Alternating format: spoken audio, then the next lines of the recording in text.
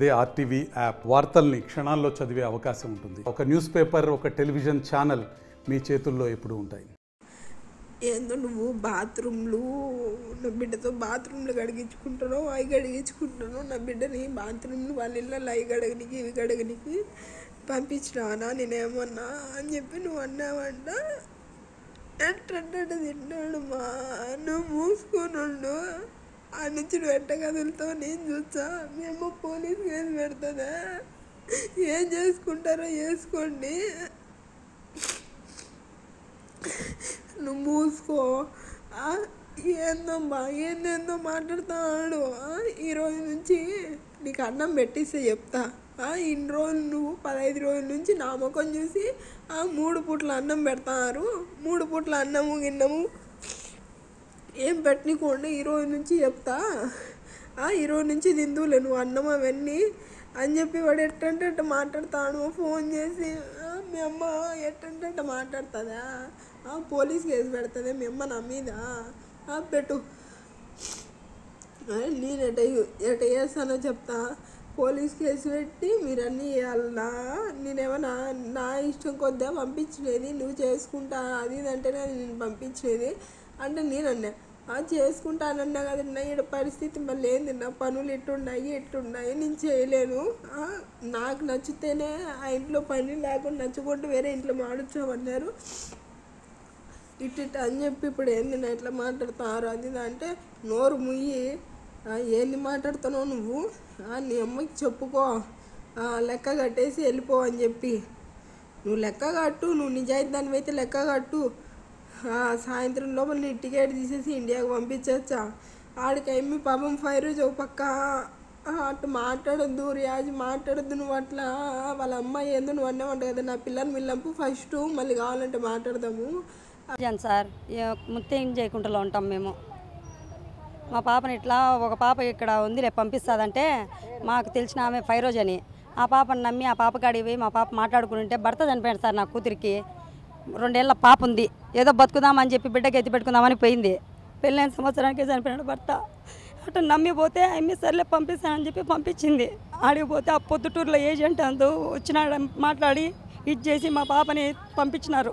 5,000 లెక్క ఇచ్చినారు. బిడ్డకు సన్న బిడ్డ ఉందని చెప్పేసి అడిగితే 5,000 ఇచ్చి పంపించి ఈరోజు ఆఫీస్ రూమ్లో నెల అవుతుంది. అన్నం లేకుండా నీళ్ళు లేకుండా నువ్వేం చేసుకుంటావు చేసుకోపో, ఏ టీవీలోకి చెప్పుకుంటావు, ఏ కేసు పెట్టుకుంటావు పెట్టుకోమని మీ అమ్మని, ఏం చేసుకుంటావో చేసుకోమని అని చెప్పి అన్నం నీళ్ళు లేకుండా కొవ్వు పట్టినావా నీకు 3 పూట్ల అన్నం పెడతా అంటే అని మాట్లాడుతున్నారు. ఇట్లా ఈ పాప ఫైరోజ్ అందు పంపించింది, నమ్మి పంపించింది.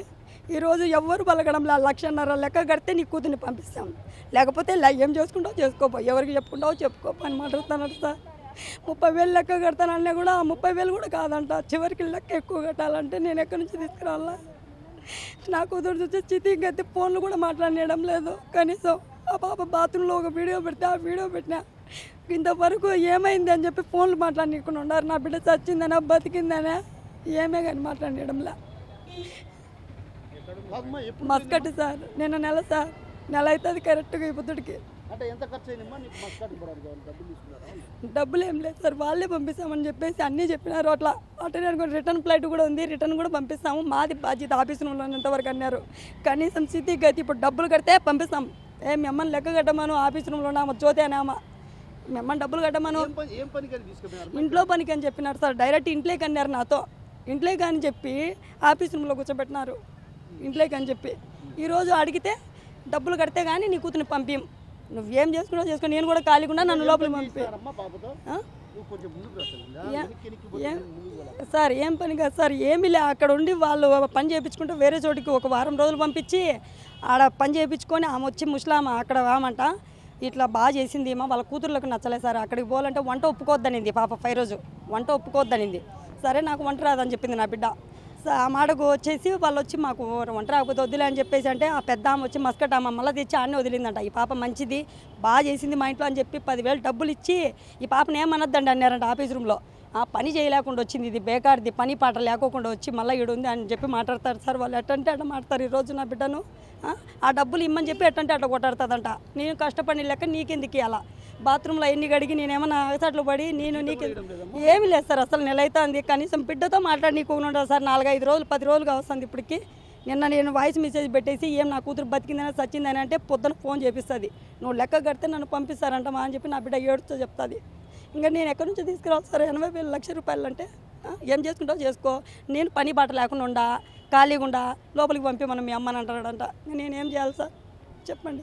మాకు అంతకుమించి ఇంకా ఏం లేదు, కనీసం సాగు తప్పితే ఇంకా దేనికి మార్గం ఉండదు. నా బిడ్డ ఏమైపోయిందని సార్ ఏమన్నా చేసుకుంటే వాళ్ళదే సార్ బాధ్యత. రియాద్ది పంపించినామా ఈ 5 రోజు, ఆ జ్యోతి అని ఆమెకి నా బిడ్డకి ఏమైనా జరిగినా కూడా వాళ్ళదే సార్ ముగ్గురిది బాధ్యత. నేనైతే 1 రూపాయి కట్టాను, 30,000 కడతానంటే కూడా ఒప్పుకోలే వాళ్ళు. నా వల్ల కాదు సార్, దిక్కు మొక్కులేదు. 2 ఏళ్ళ బిడ్డ ఉంది నా బిడ్డకు, భర్త చనిపోయినాడు. కనుక్కుంటే కావాలంటే వినడం లే, జాలి దయగా ఆడంలే వాళ్ళకి. ఏం చేసుకుంటో చేసుకో అంటాడు ఆయనది పొద్దుటూరు రియాజు. ఏం చేసుకుంటావు చేసుకుంటాడు ఇది సార్. హలో హలో చెప్పు ఫైరోజ్. అప్పుడు మాట్లాడుతున్నాడు సమీద్ ఏందో. ఒక్క నిమిషం మాట్లాడతా, నేను డ్రైవింగ్ లో ఉన్నాము. డ్రైవింగ్లో ఉండవా? ఒక్క నిమిషం ముందు మాట్లాడతా. వచ్చే అట్లా బెరికన్నా, నేను మళ్ళీ ఊరికి పోయేది ఉంది నాకు. సరే సార్ చెప్పానైనా వస్తాడలే. కాదు నేను వచ్చేది కాదు, ఊరికి పోతాడా ఇట్లే, ఇటు నుంచి ఇట్లే. నువ్వు చెప్పు లాస్ట్ ఎంత సమీత్ చెప్పినాడు నాకు, ఏందో 50-60 కట్టాలంట వదిన అని అంటున్నాడు. లాస్ట్ ఏం చెప్పినాడు అదొక్కటి చెప్పి ఇంకా నా కర్మ అనుకుంటా. ఆయన కాడికి కానీ చెప్పు. చెప్పు సమీద్ లాస్ట్ ఏమన్నాడు సమీద్? ఇంకా అదే ఇందాక ఎంతనో కట్టమన్నాడు అంటివి కదా, ఇంకా చెప్పేసే లాస్ట్ నా కర్మ అనుకొని ఎంతో కొంత ఇంకా నా బాధలు నేను పడతా చెప్పు. అక్క ఆయన ఏమంటారంటే 35,000 పోయడానికి టికెట్ పెట్టినాడు, 5,000 ఆమె తీసుకునిందంట, ఏదో 5,000 కంట్రోల్ లేదని.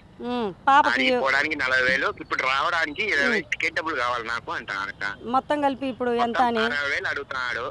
ఇద్దరు ముగ్గురు నేను కలిసి అందరం కలిసిపోయి ఆడ కూర్చొని దినా పరిస్థితి ఇలా పాపకు బాగాలేదో కారణం చెప్పి బంగపోయి ఒక 40,000 కానీ చేతిలో పెట్టేస్తే 40 కానీ 50 కానీ పెట్టేస్తే. కాదు సమీర్ కాదు, నేను 4-5 రోజుల నుంచి ఇదే బాధలే కదా.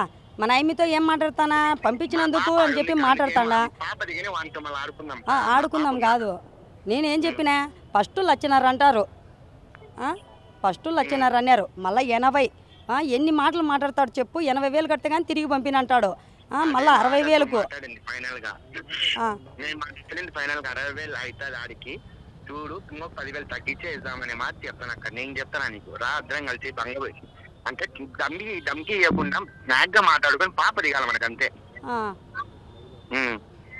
ఏదో కారణం వచ్చినాకైనా చూస్తాంలే బా, ఇది ఏదే చెప్పి ఏదో కారణం చెప్పి మళ్ళీ అట్లా మాట్లాడాలి. కానీ నువ్వు ఏం చేసుకుంటావో చేసుకో, కేసు పెట్టుకో, నేను ఖాళీగా ఉండా, లోపల కూర్చుంటా, పోయి మీ అమ్మకు చెప్పుకోమను అని మాట్లాడుతున్నాడంట. ఇంక నేనేం చేయాలి చెప్పు, ఎందుకు చేస్తా చెప్పు అట్లాంటివన్నీ?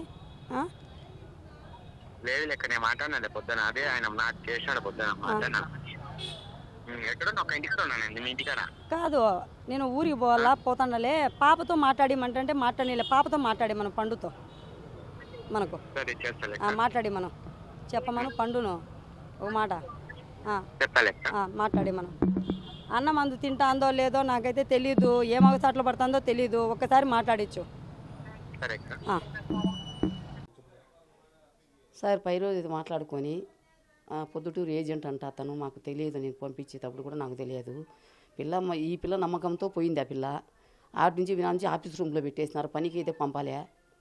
మళ్ళీ 10 రోజులు ఏరే వాళ్ళ ఇంట్లో పెట్టి ఆ వాళ్ళు ఎవరో 10,000 డబ్బు ఇచ్చింటే కూడా నాకు ఇలేదని ఆడ ఆఫీస్లో ఉండేది కూడా పట్టుకొని పిల్లని కొట్టిందంట ఆడ. కానీ పిల్ల మటుకు ఇబ్బంది పడుతుంది. మా పిల్ల చిన్న పిల్ల, మొగుడు చనిపోయినాడు, సన్న బిడ్డ ఉంది సార్. మేము బాధపడుకుంటున్నాం. మా బిడ్డ వంచి మా పిల్లని మగ పిల్లం పండి చాలా బాధపడుతుంది. పాప అన్నం నీళ్ళు లేక కూడా ఏడుస్తాను సార్. పనికి పంపిలే, ఆఫీస్లో పెట్టుకున్నారు. అదే 65,000 అడుగుతున్నాడు పొద్దునాడు. వాడికి పొద్దుటూరు ఏజెంట్ అంట సార్. వాడు నాకు తెలియదు, వాడేవాడైంది, వాళ్ళే పంపించింది. పొద్దుటూరు అంట అతంది, జిల్లానో ఏదో పేరంట సార్, నాకు తెలియదు ఆ పేరు కూడా. ఆ పాపను పంపించింది దానికంట. మేము డబ్బు పెట్టి పంపినాము, మా డబ్బు మాకు కడితే నేను పిల్లం పోతా, లేకుంటే జైలుకైనా పోతాను, నేనేం భయపడను అని బెదిరిస్తున్నాడు. జైలుకైనా పోతాడంట. నేను పోతే మీ పాప కూడా జైలు పంపిస్తా 3 నెలలు అంటున్నాడు, మాతో భయపడిచ్చాడు. నాకు తెలియదు సార్. మరిన్ని వీడియోస్ కోసం ఛానల్ ని సబ్స్క్రైబ్ చేయండి, లేటెస్ట్ అప్డేట్స్ కోసం వాట్సాప్ ఛానల్ ని ఫాలో చేయండి అండ్ లింక్ డిస్క్రిప్షన్ లో ఉంది.